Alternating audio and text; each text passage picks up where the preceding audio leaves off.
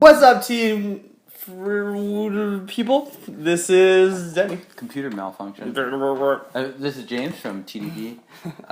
We have some Taiwanese Oolong today. Yes. So this one, this comes from, so the people over at Mud and Leaves, who are doing a lot of teaware, have recently started to source some teas. So I believe this tea comes from them.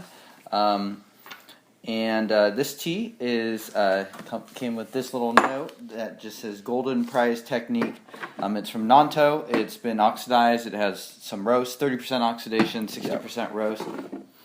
Grown in Nantou, so that's sort of Dongbing greater area right there.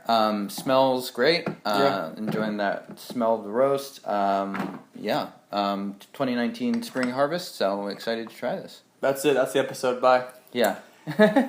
Roll the credits. 7.5 grams of leaf here, which you're going ham. Pretty heavy, but I feel like for these like slightly roasted and oxidized oolongs, they can handle it a little bit better. Right. And if you use a lot of leaf, you just got to be kind of sensitive to how long you brew it, because there's other ways to sort of regulate that strength. Yep.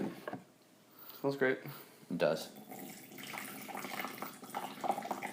Very classic. Indeed.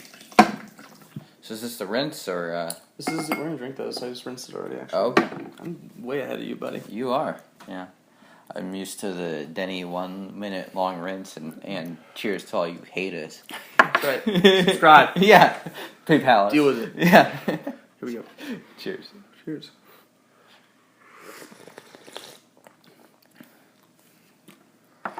Promptly we'll continue. Very light. This is why I do steep I do my rinse for like 900 million seconds. You guys tell us how many seconds that is. I mean, technically it's 900 million. Yeah, I mean, maybe? Yeah. Look at this. Converted to hours. Wow. It does look more oxidized than roasted. So, and what I mean by that is that it looks like more of a darker green than a black color in the cup. It has a little bit more of that smell. The roast would be a little bit rounder. It'd have a little bit more roasted flavors. Just your typical sort of baking spice, charcoal-y potentially. Just a little bit more sweetness and floral. Yeah. And also a little nutty. Yeah. Interesting finish. Almost a bergamonty scent in there a little bit.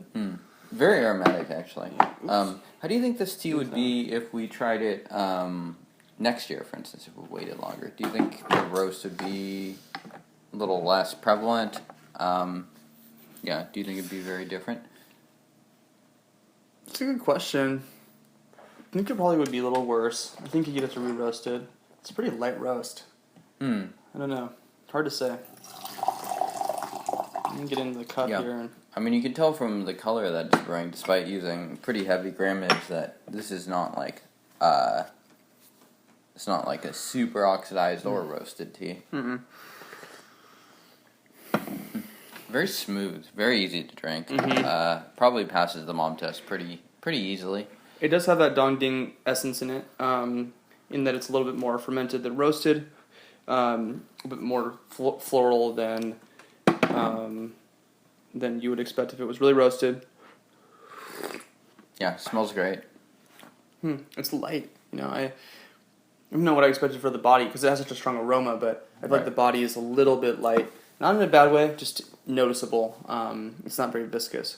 Yeah, it's more elegant than it is like robust, I'd say. It's high notes. Maybe a hint of fruit.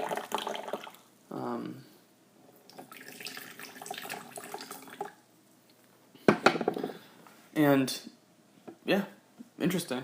Yeah. Onward. What's going on? Just a lot of fro. Oh, okay. We're doing some hairstyling here at TeaDB. Yeah.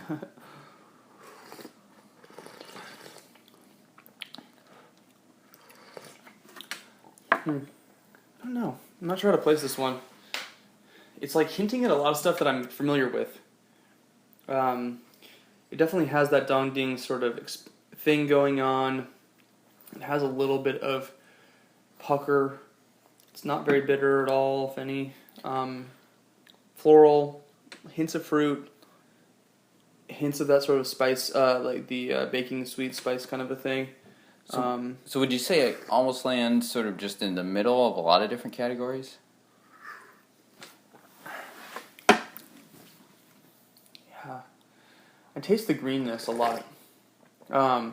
More than it looks. Although actually it is looking pretty green now at this point. Okay, opened up leaves, nice big leaves, although a couple of them do look like they've been, well, actually, hard to say if they've been Yeah, so sort of moderate machine sized cut leaves. or not. Yeah. I'd say that this is like, yeah, it just kind of reminds me of a dongding, but sort of light, more than anything, I think. So, floral, I think this is probably like pretty square in the category of just a kind of a lightly roasted, slightly oxidized oolong. Right. Looks like it's a little darker there. I think that using this much leaf is probably a good thing. I think it's a light tea, and even with this much leaf, it's still... I know, I'm a bit surprised actually. I almost never use this much leaf for oolong tea, and it actually tastes, kind of like when I brew an oolong tea. It's pretty just straight down the middle. Yeah. I don't know, there's something... Yeah, I'm having a hard time placing this. The aroma in the cup... I'm sorry, in the teapot is really nice. It's not coming in quite as much in the cup, I don't feel like. Seems like the longevity is better than normal. Maybe it's because you use 7.5 grams, but I'm like, it's holding up pretty well. Nothing to do with it. Yeah. Yeah, it has a stoutness to it. I think you'd maybe, I don't know. Definitely an interesting tea. Not necessarily the first thing I would pick to exemplify a Taiwanese oolong tea, but I think this does kind of hint at that dongding category quite well. Yeah. So I'm looking at this sheet, and it is grown at 1,000 meters elevation. Okay. So my question for you is, would you drink this tea at 1,000 meters? Absolutely, yeah. Yeah. Yeah, 1,000 meters isn't that high, though. 2,000 feet. Would you drink it at 2,000? Yeah. I mean, well, yeah. Like 1763. Yeah. No, I think this tea tastes great in summertime where we're drinking it now. And yeah, I mean, overall, this is kind of a classic fitting in the category. I wouldn't say this is the most spectacular showing of what this type of tea would be. With that being said, though, it is solid. Yeah, tasty. Yeah. I don't know can folks pick this up? I think so. Yeah. So go to Mud and Leaves, Google them. That's usually better than trying to rely on us reciting the web address. Yeah, if you want to get this tea, I'd say you would want something. If you're the kind of this is the perfect tea for someone who's overwhelmed by tea. I think this is a tea that can handle light flavor, like soft flavor palettes. If you want something really robust and intense, this isn't quite the tea for you. This is something that's a little bit more light and airy and actually really good for summertime. Yeah. Yeah, I think it fits that well. And so, James, if you want to learn more about tea in general, come check us out on teadb.org. Definitely check out Mud and Leaves as well. Hit that subscribe button if you enjoyed it. Hit it if you didn't enjoy it. PayPal us more money if you didn't enjoy it. And we'll see you all next time.